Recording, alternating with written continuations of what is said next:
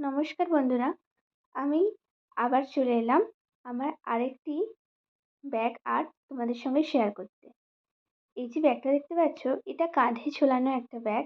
এর উপরে আমি আরেকটা পেন্টিং করেছি, যেটা তোমাদের দেখাবো। চলো তাহলে দেখা যাক। এই ব্যাগটা আসলে এই ব্যাগটার উপরে একটা লোগো ছিল।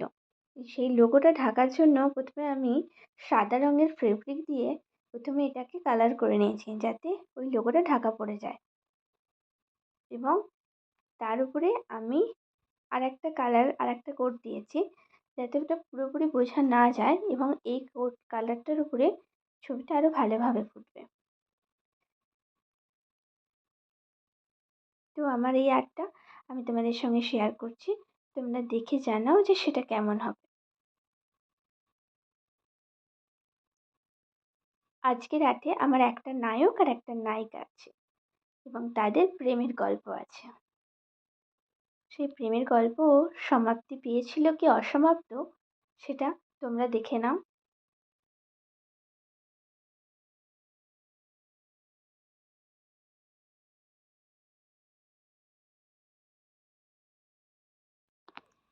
তোমাদের বোঝার সুবিধার জন্য আমি আরেকটি রিসাইটেশন এর মধ্যে অ্যাড করলাম, যাতে তোমরা ছবিটার সাথে বিষয়টা বুঝতে পারো।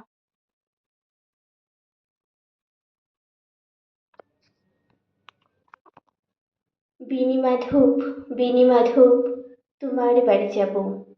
বিনি মাধব, তুমি কি আর আমার কথা ভাবো?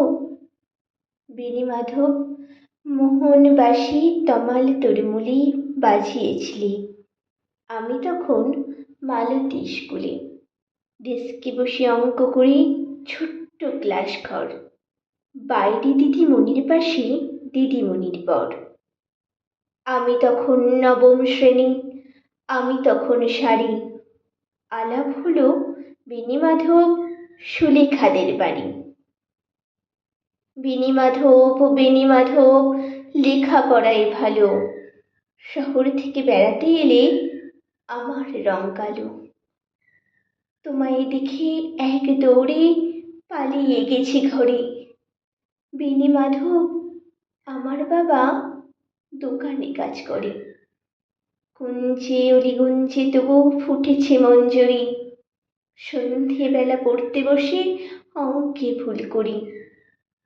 আমি তখন নবম শ্রেণী, আমি তখন 16। ব্রিজের ধারে বিনি মাধব লুকিয়ে দেখা হলো। বিনি মাধব, বিনি মাধব, এতদিনের পরে সত্যি বলো, সেসব কথা এখনো মনে পড়ে? সেসব কথা বলেছ তুমি তোমার প্রেমিকাকে? আমি কেবল একটি দিন তোমার পাশে তাকে দেখেছিলাম আলোর নিচে অপর বসে আলো। স্বীকার করি, দুজনকে মানিয়েছিল ভালো।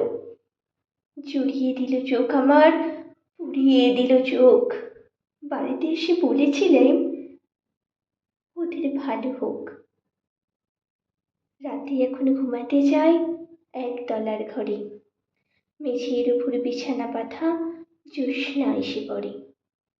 আমার পরে জীবন ছিল চোরাপথের বাঁকে মিলিয়ে গেছে। জানি না আজ কার সঙ্গে থাকে। আজ জুটেছে, কাল কি হবে কালির ঘরে শনি। আমি এখন এই পাড়ার সেলাই দিদিমণি। তবু আগুন বেণী মাধব, আগুন জ্বলে কই। কেমন হবে আমিও যদি নষ্ট মেয়ে হই? কেমন হবে আমিও যদি নষ্ট মেয়ে হই?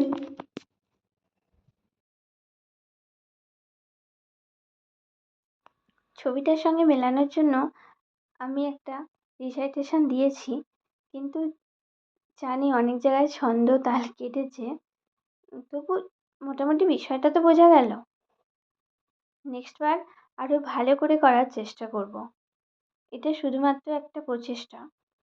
এবার আরও ভালো যাতে হয় সেটা আমি অবশ্যই চেষ্টা করব।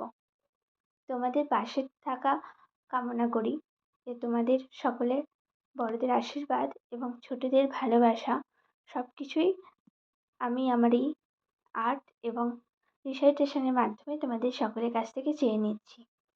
আমার ছবিটি একদম শেষের পথে এবং ছবির বিষয়বস্তু এতক্ষণে পরিষ্কার। তো আমার ছবিটা, আমার এই ব্যাগটা কেমন হয়েছে তোমরা সকলে বলো। এর আগের ভিডিওগুলোতে আমি তোমাদের সকলেরই কমেন্টে খুব খুশি। তোমরা সকলেই লিখেছো যে খুব ভালো হয়েছে, খুব সুন্দর হয়েছে। তোমাদের এই সহযোগিতার জন্য, তোমাদের এই ভালোবাসার জন্য আমি আরও মানে ইন্সপায়ার্ড হয়েছি আমার আরও অন্য ছবিগুলো করার। এবং এই ব্যাগটা আমি বেশ কয়েকদিন তুলেই রেখেছিলাম, কিন্তু আমার এখন এই ছবিটা আঁকার পর মনে হচ্ছে এটা নিয়ে আমি বেরোবো। আমার বেশ ভালোই লাগছে। বাড়িতে আমি ছাড়া যদি অন্য কেউ এই ব্যাগটা নিয়ে যেতে চায় কোথাও, তাহলে তারাও যেতে পারে, কারণ ব্যাগটা সকলেরই ব্যবহারের যোগ্য। তো দেখো আমার এই ব্যাগটার ফাইনাল লুক।